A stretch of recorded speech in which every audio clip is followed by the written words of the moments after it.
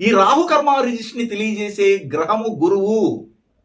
గురువు ఏ భావంలో ఉన్నా ఆ భావ సంబంధమైనటువంటి బాంధవ్యాలకి పితృగల దోషం ఉంది అని నిర్ధారణ చేస్తాము.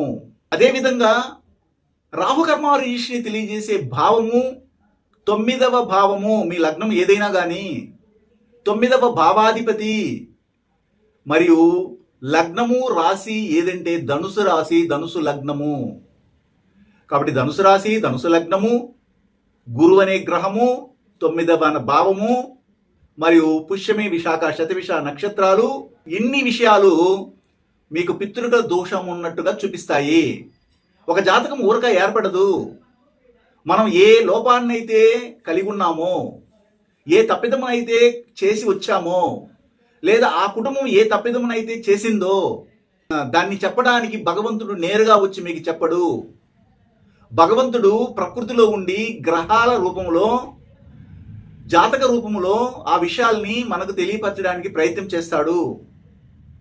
అందుకనే జాతకమును పరిశీలించే జ్యోతిష్యుడు దైవజ్ఞుడు, దైవస్వరూపుడు. అంతేగాని అబద్ధాలు చెప్పి, పరిహారాలు చెప్పి, కల్లిబుల్లి మాటలు చెప్పి, మసిపూసి మారేడికాయలు చేసే వాళ్ళందరూ దైవజ్ఞులు కారు. భగవంతుడు తర్వాత భగవంతుడు జ్యోతిష్యుడు. భగవంతుడు నేరుగా మీకు మాట్లాడలేడు, కానీ జ్యోతిష్యుని చేత గ్రహాల యొక్క రూపములో గ్రహాలు చెప్పే విషయాలని కనుగొని మీకు అందజేసేవాడు. కాబట్టి దైవజ్ఞుడైనాడు జ్యోతిష్యుడు. కాబట్టి పితృగల దోషము ఏ విధంగా ఇండికేట్ చేస్తుంది జాతకము? మీ ఇంట్లో ఉన్న అందరి జాతకాలు ముందర పెట్టుకోండి.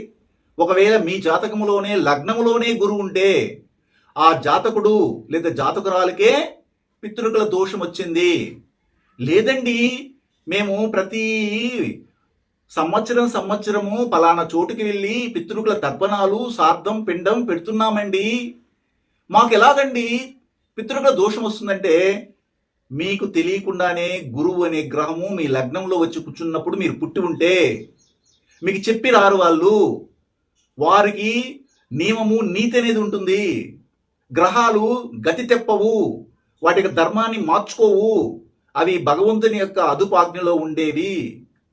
కాబట్టి భగవంతునికి తెలిసిన విషయాల్ని వీటికి అందజేసి పలానా చోట పలానా ఇంట్లో పలానా వ్యక్తులు పుడుతున్నారు, వారి జాతకంలో ఉన్నప్పుడు ఈ విధంగా మీరు ఏర్పడని చెప్పడం జరుగుతుంది. ఆ సమయంలోనే మీకు జననం ఇవ్వడం జరుగుతుంది. అప్పుడు లగ్నంలో గురువు ఉన్నటువంటి అందరికీ పితృగల దోషమేనా ప్రపంచంలో? Yes, true.